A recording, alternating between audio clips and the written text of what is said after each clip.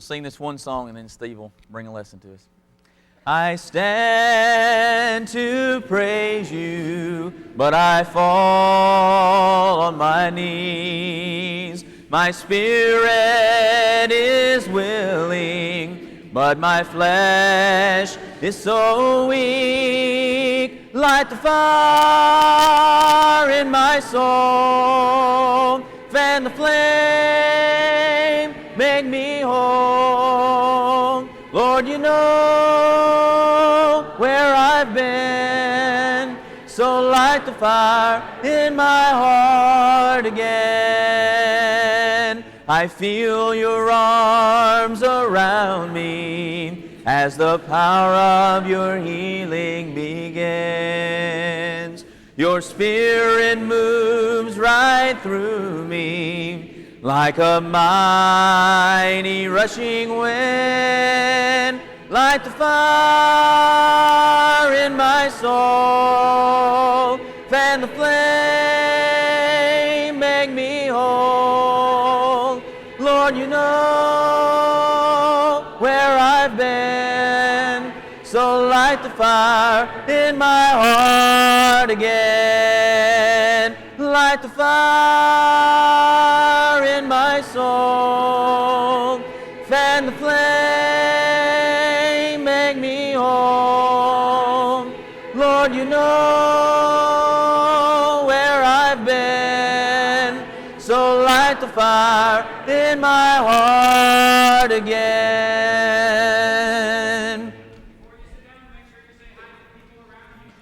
Welcome them here to the Church of Christ.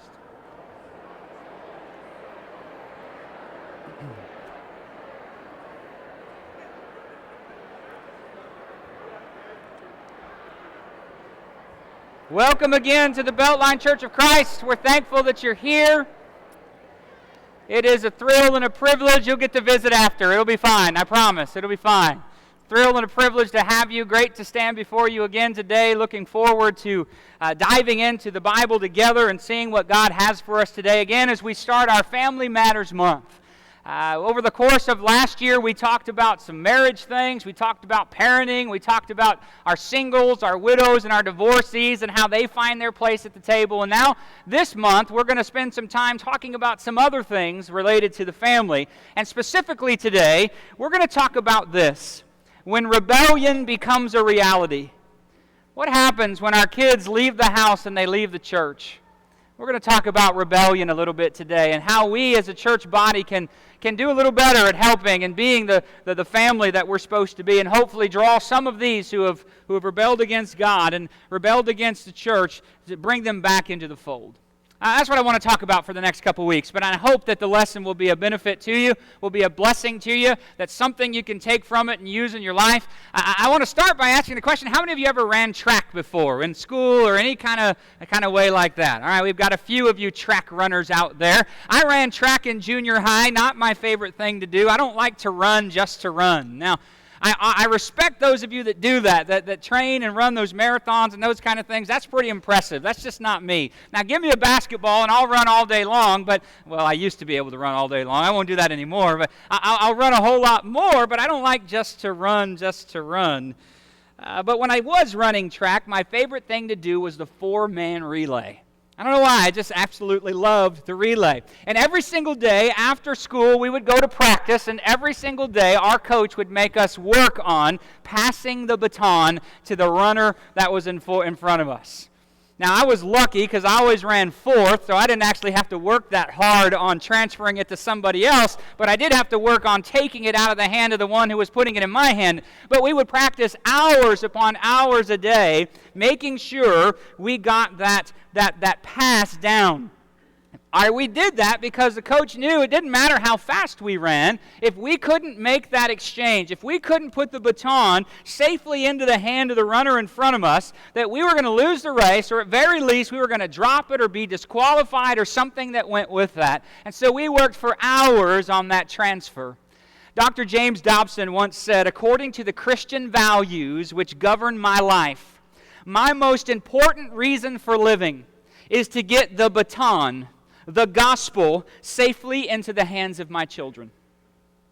I agree with Dr. Dobson. I think this is the highest responsibility that God has given us. And many of us, Christian parents, Christian grandparents, and teachers, I believe have begun fearing that we are somehow losing the race. I think if I'm honest with myself, and if you're honest with yourself, you'll probably recognize that a lot of us feel like we're just messing up this transfer and that our kids are dropping the baton.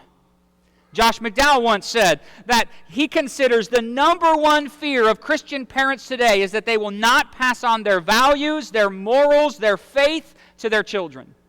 And I agree with that. I agree with that as well. Parents worry that society is going to seize our kids. We fear that culture is going to capture our children, that our kids are soon going to be making choices and living lives and paying the consequences of a value system that they've picked up from the world around them. One that rejects the truth of the Bible, one that rejects biblical morality, one that glorifies sex and violence and laughs at drunkenness and rudeness. Parents, am I speaking your language this morning? Does this sound like something that you're concerned about? Grandparents, do you have the same concerns in your life? Those of you who just love kids and love people, am I saying anything to you today that rings true? Because whether you have children or not, it really doesn't matter, because we all have a responsibility to be in the race, to be spreading the gospel, and to be passing that baton to the next generation. And so I want to get started today by taking this metaphor a little bit further and asking some questions about, or maybe let's just remember some truths about passing the baton. And this will be true in actual race running, but I think it also rings true in the church as well. So let's remember some truths about passing the baton. Number one, the transfer, not just the race, is the most important thing. I already said it, let me say it again. You can be Usain Bolt. You can be the fastest man in the world. You drop the baton, you're going to lose the race. And so getting our kids' hands on this gospel, on this baton, is so important. In fact, it is as equally as important as the race is itself. And that's the first truth to remember about passing the baton. The transfer, not just the race, is important. Here's the second truth you need to remember. For those of you who've run track, you know this. For those of you who've watched it on TV, you've probably seen this too. When you are going to pass the baton of faith, they are already running. They have already started running, and what you have to do is catch them. After you've already run your leg of the race, you've got to catch them and put that baton in their hands. They are already running. Things do not wait for you. Our kids are already running.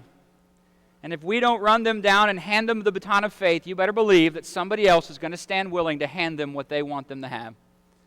They are already running, and we've got to catch them up. We've got to catch up with them. Number three, there's a small window. There is a limited zone where you can make the pass. On the track, you see the starting and the ending point, and you have to get that baton transferred in that limited zone. And the same is true for us. We have such a small amount of time with our kids.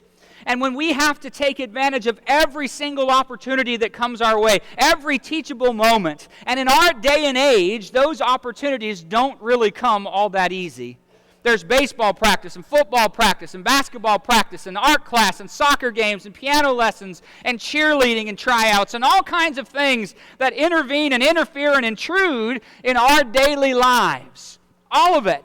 And so passing our values to our kids often becomes the very last thing that's on our calendar. But I want to remind you again of something I said earlier this year about how we have to take things off our plate and man, can I add Jesus to this plate? No. Jesus is the plate. Everything we do has to be influenced by Jesus. Rather than saying, let me add Jesus to the plate, remember, Jesus is the plate. And so what that means is, I'm going to use shopping trips to reinforce the value of biblical honesty.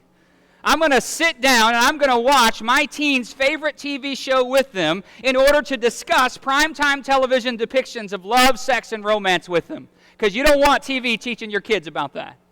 You need to sit down with them and watch it. Teaching moments, opportunities. We need to help our younger children understand how simple skills like taking turns and sharing toys and waiting in line are pleasing to God because He is fair and He is just, and that's what God does. It's trying to catch our kids not just doing bad, but also doing good so that we can reward them for that.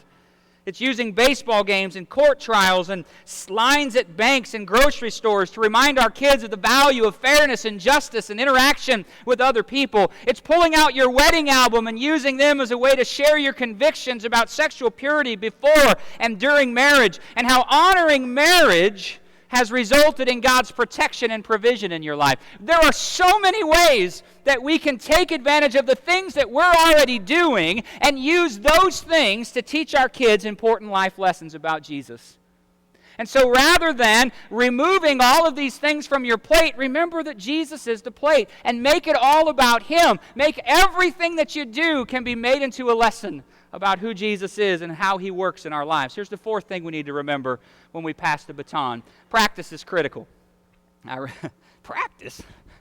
Sorry for those of you that know Allen Iverson, you'll know what that reference remains to. Practice, though, is critical. It is very, very important. I need to practice this not only for myself, but because I don't want my children to make the mistake of trying to measure right and wrong by their own ideas.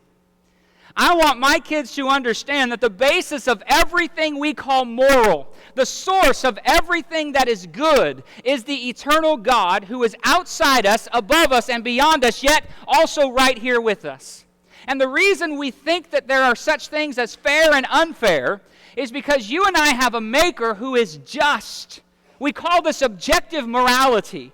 And what it says is the reason that love is a virtue and hatred is a vice is because there is a God who's formed us, who is a God of love. The reason honesty is right and deceit is wrong is because we have one true God.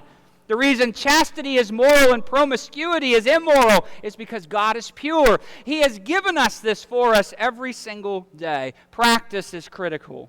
And number 5, you've got to forget the crowd. You've got to forget the crowd. Who cares what everybody else is doing? Forget the crowd. Do whatever it takes to get the baton of faith into your child's hand. Well, Billy's mom let him do that. So what? You're not Billy's mom's kid. You're my kid, and we're not going to do that. It's okay to be different. It's okay to have a different standard. It's okay to not always give your kids everything that they possibly want or desire.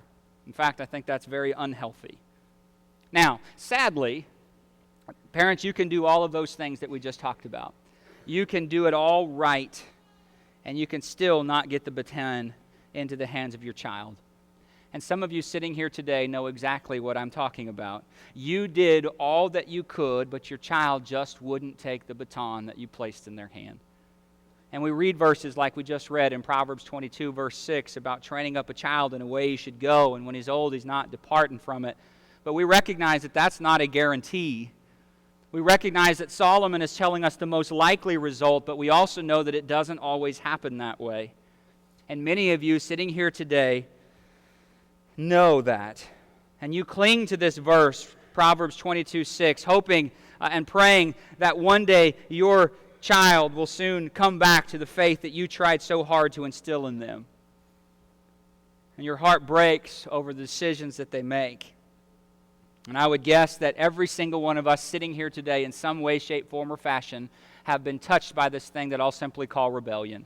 Whether it's your children, whether it's your parents, your grandparents, close friends, all of us have been touched in one way, shape, form, or fashion by this thing called rebellion. And tears are shed and countless prayers are offered and our hearts break over those who once walked with God but now no longer do. And I want you to know that if that's you today, that you are not alone. You're not. Not only are there people here that understand what you're going through, but more importantly than that, you have a God who understands how this feels. Because think about how many of His children are rejecting Him right now at this very moment. In fact, in Isaiah chapter 1, verse 2, the Scripture says, "Hear, O heavens, and give ear, O earth, for the Lord has spoken. Children have I reared and brought up, but they have rebelled against me. The ox knows its owner, and the donkey its master's crib, but Israel does not know. My people do not understand." God knows well the heartbreak that so many feel when you try to pass that baton on, and that baton just gets rejected. In far too many homes across this country, people are choosing to forsake, they're choosing to abandon their faith. And rebellion is a reality in the world in which we live. And I don't want to add to the doom and gloom, but I have to tell you that of the children that do remain faithful, almost 50% of them are not going to remain in the churches they grew up in. And to me, that's not okay. To me, that's not something we should be satisfied with. And I know you're not. But I want to just tell you that this is the reality in which we live. In fact, the Scripture speaks of that reality often throughout Scripture. In Luke chapter 8, we have the parable of the soils. Do you remember this parable? You have a sower who goes out to sow seed, and there's 4 different types of ground that this seed falls among, and only one of them is fruitful. Only one of them actually receives the implanted word and grows. And when the Scripture starts to explain this parable, verse 13 says, the one on the rock are those who, when they hear the word, receive it with joy, but because they have no root, they believe for a while, and in times of testing, they fall away. Rebellion is a reality. It's always been that way since the beginning of time. And what we need to do is find a way to slow that down or prevent it in any way, shape, form, or fashion that we can. Hebrews 3 says, verse 12, take care, brothers. Take care, brothers, lest there be in any of you, remember he's speaking to Christians here, take care, lest there be in any of you an evil, unbelieving heart, leading you to fall away from the living God. James 5, in verses 19 and 20, reminds us that if we turn a sinner from the error of his ways, that we save a soul from death, and we cover a multitude of sins. Rebellion is a reality. 2 Peter 3:17, you therefore, beloved, knowing this beforehand, take care that you are not carried away with the error of lawless people, and lose your own stability. The Scriptures are clear that this happens on a too regular a basis. There's no doubt that some have and many will drop the baton. There are countless examples in the Old Testament and in the New Testament too of people who have started out right, but then they just fell away from God. They abandoned Him. And not only does the Bible give us illustrations of falling away, I think the Bible also tells us why. I think it gives us some insights into why falling away happens. And I want to look at some of those common factors this morning to falling away. Some common factors that you will find in those who have left the faith. And maybe, just maybe, if we were to improve and we were to grow in these areas, we might just be able to prevent the falling away from happening before it does. Are you with me? All right, so here's 5 factors to falling away. Number 1 is this: a lack of spiritual leadership. A lack of spiritual leadership. A reoccurring situation that correlates with loss of faith is the absence of strong spiritual leadership. If you look at Exodus chapter 32, what happens? Moses goes up on the mountain to get the law. What happens while the spiritual leader is away? The mice decide to play. And do they play ever? They develop this golden calf and they forsake the Lord. They abandon Him. They walk away from Him. Why? Because their leader was gone. And far too often this is what's happening in our homes. There's an absence of spiritual leadership. And guys, I'm going to pick on you here for a minute. Because we are called men to be the spiritual leaders in our homes. And when that leadership isn't there, then we just raise the opportunity or the possibility of our kids abandoning faith. We're going to talk a whole lot more about spiritual leadership in the weeks to come, because I think one of the problems is we don't even know what that looks like.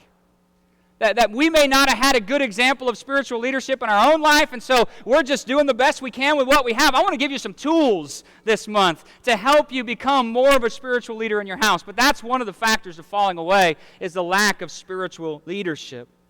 In Ephesians chapter 5, verse 23, guys, we're supposed to be spiritual leaders in our house, and the verse implies the need to be vigilant in protecting our spouses from falling away. And so we're going to talk more about that, and I'll leave that for now. Here's the second factor to falling away, and this is a simple one, but it's so true, and that is associating with the wrong people. From Solomon, who loved many foreign wives, to Paul's admonition that bad company corrupts good morals, this is gigantic. This is huge. Did you know that people, this is statistically proven, people that form relationships with professed Christians are not only more likely to come to faith, but that congregations that foster these relationships among their members are more likely to grow than those who do not. And when I read stuff like that, I am so thankful to be a part of a congregation that understands that. A congregation that says, man, these relationships are critical, not only in just our young people, but in the whole congregation. And we need to do things to foster that so that those relationships can grow, so that those relationships can build. This youth group that we have is incredible. And what I love about this church is we are so youth-focused, and that's a great thing. Even for those of you who are older, this is not a bad thing. This is a great thing because we want to get that baton of faith into their hands. And one of the ways we do that is by making these relationships available. And parents, you want your kids to be faithful. Get them in the group.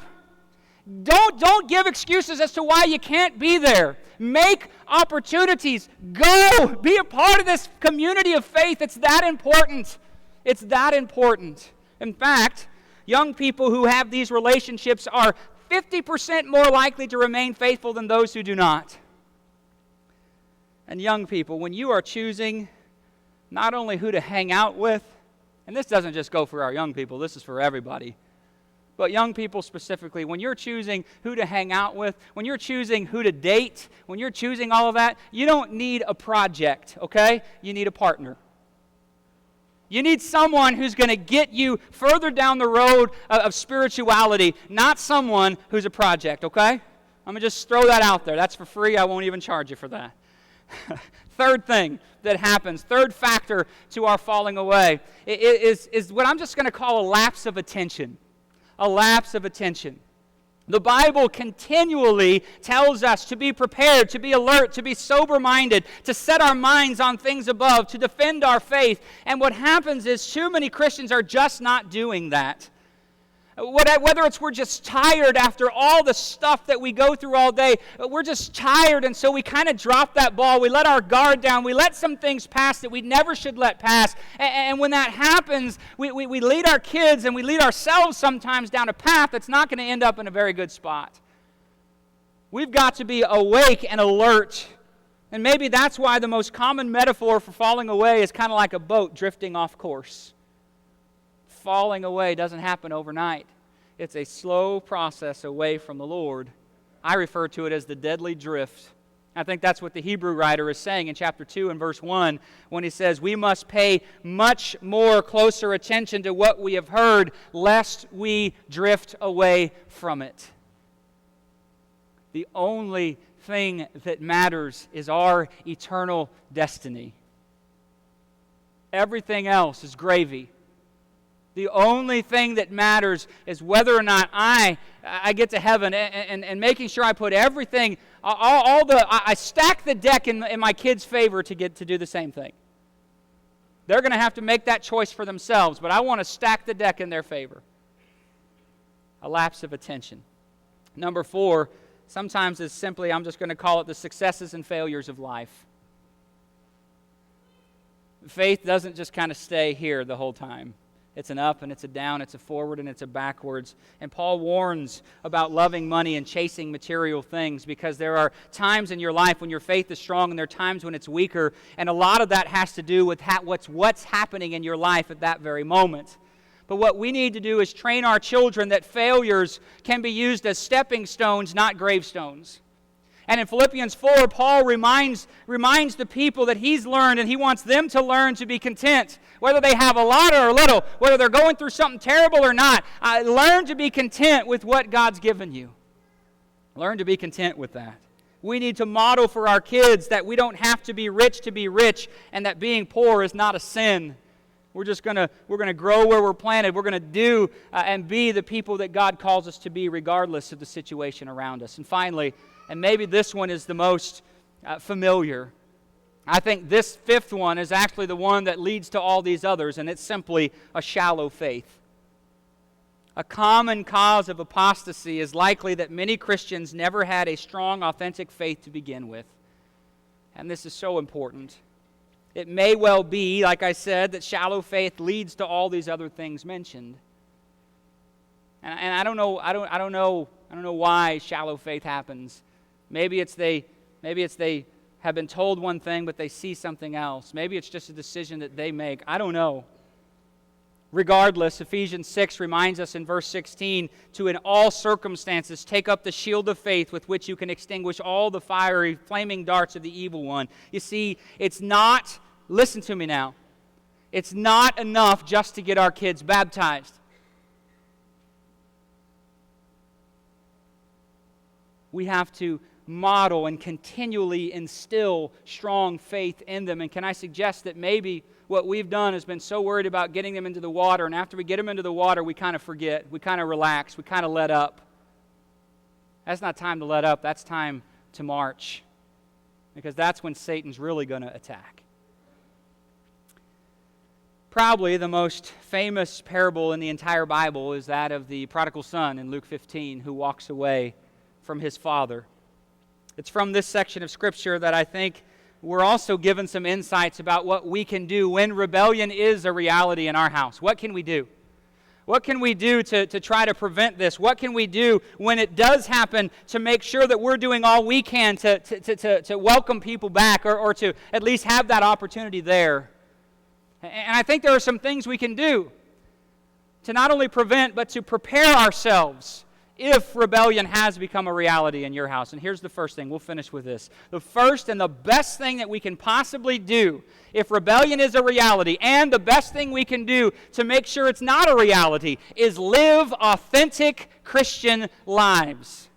This is the most important thing that we can do. I don't pretend to know the details to every person's walk away from Christ. I know that there are times that you can do everything in a way that is good and right, and children are going to still rebel. But I also know the flip side. I also know that there are times when people are not living like a Christian life that's worthy of imitation. And I know many a Christian whose faith ends when this service does. In fact, some of you end before. You walk out with 5 minutes left because you don't want to shake anyone's hand, you don't want to stick around, you don't want to do those things. And I don't understand that. I'm not trying to pick on you, not trying to throw you under the bus here, but I'm wondering, is there a priority problem here? And it's not just about a church service. Don't hear me say that today. It's about living authentic Christian lives. It's showing people that what I believe, I actually stand for. I actually believe this stuff that's written in this book. And I'm going to hold it up as the most important pursuit of my life. That's what I'm going to do, because I want to put every opportunity in my kids' hands and in everybody else's hands that I have any kind of influence over to see who Jesus is. Imitate me as I imitate Christ. That's what I want. Man, this is the most important thing of all. We got to be authentic. It can't be do as I say, but not as I do. Our kids can spot a phony a mile away. This world can spot a phony a mile away. Live authentic Christian lives. Number 2 through 20. Pray, pray, pray, pray, pray, pray. I'll do all the way to 50 if I need to. We've got to become a prayerful people. Pray, pray, pray. James 5:16, the effective fervent prayer of a righteous man avails much. We need to be willing when the other prayers are unanswered. Hear me now. When you have prayed and you have prayed and you've prayed and those prayers are unanswered, you need to be willing to pray the hard prayers. Here's what I mean by that. God, make them miserable, but keep them safe until they come to the realization of who you are. God, bring them to their knees, but keep them alive so that they can come to a realization of who you are. You say, Steve, are you crazy? Are you really saying that you would pray for them to be poverty-stricken or to be brought to their knees? Yes. Because personal happiness in this life is not the most important thing in the world. What profit is it if they gain the whole world but forfeit, lose their souls? I want to, God forbid, but I want to make sure that every possible opportunity that has been given to them, but if they do make that decision, I want to be willing for God to do with them what He needs to do so that they can come back into the fold of Jesus Christ, because nothing is as important as that.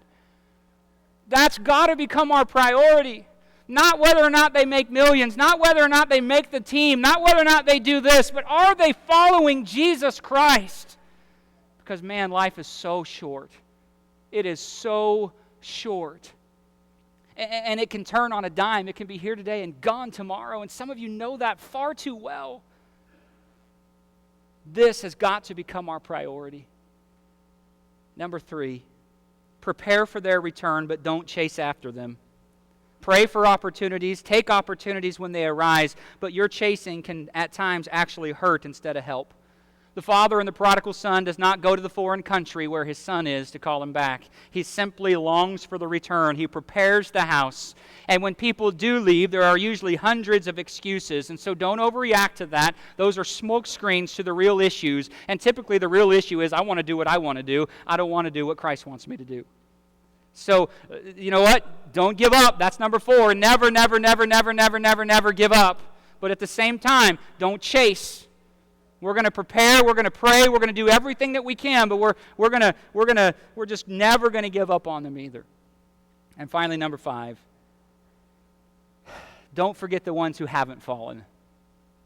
Isn't it interesting in how in some families you can raise 2 kids the exact same way and one will be faithful and one won't? But what often happens is it becomes possible for us to be so hurt and so distraught over a child who has walked away from God that we forget the ones who haven't. In our story of the prodigal son, both children are in rebellion to the father. One is just more blatant than the other. You can't change what has already happened or bad choices that have been made in the past, but you can choose to not live that way anymore. You can choose to trust in God's power instead of your own, and you can do everything in your power to get that baton into the hands of your children, whatever it takes. I can do what I can do. It's going to be up to them to take it. You can lead a horse to water, but you can't make it drink. Not that our kids are horses. but you can do that. You can do all of that. Just, man, what I hope you get from this today, and I'm not here to pounce on you. I'm not here to jump on you. I'm not here to guilt you. I'm not here to do anything like that. I simply want us to understand that this has got to become our priority over everything else. Over everything else. Getting faith into the hands of the next generation has got to be our priority. And I hope that you recognize that today. And if not, I guess we can argue about it later. I'm so thankful you're here. It is a blessing to be with you. I am so thankful to be part of this church. And I believe that this church wants to pass that baton. It wants to get faith into the hands of as many as possible. And you are a part of this church. And that means we want you to be engaged and focused on doing that exact same thing. And I hope that you will make an effort to do that. Make an effort to be the people that God wants you to be. Make an effort to become that authentic Christian who, just by living your life, shows people who Jesus is. Man, that would be awesome, wouldn't it? What if we had 900 witnesses to the strength and the power of Jesus Christ in this watching world that's looking at everything that Christians do and want to see, is this stuff really make any difference? Wouldn't it be awesome if they saw us and they said, wow, it actually does make a difference. We actually can see what Christianity does in the life of people. I hope that this lesson will go with you this week. We're going to talk more about this next week, and then the week after that, we're going to talk about that spiritual leadership and what that looks like. Some of you don't have husbands, you don't have men in your life. There's still spiritual leadership required from you, and so we're going to talk about what that looks like and how we can become better at being the spiritual leaders that God calls us to be. But that's 3 weeks from now. What are you going to do today? I hope that today you'll make a decision to be a follower of Jesus Christ all the days of your life. If we can help you with that, if we can pray for you, we invite you to come right now. While together we stand and we sing this song for your encouragement. Faithful love flowing down from the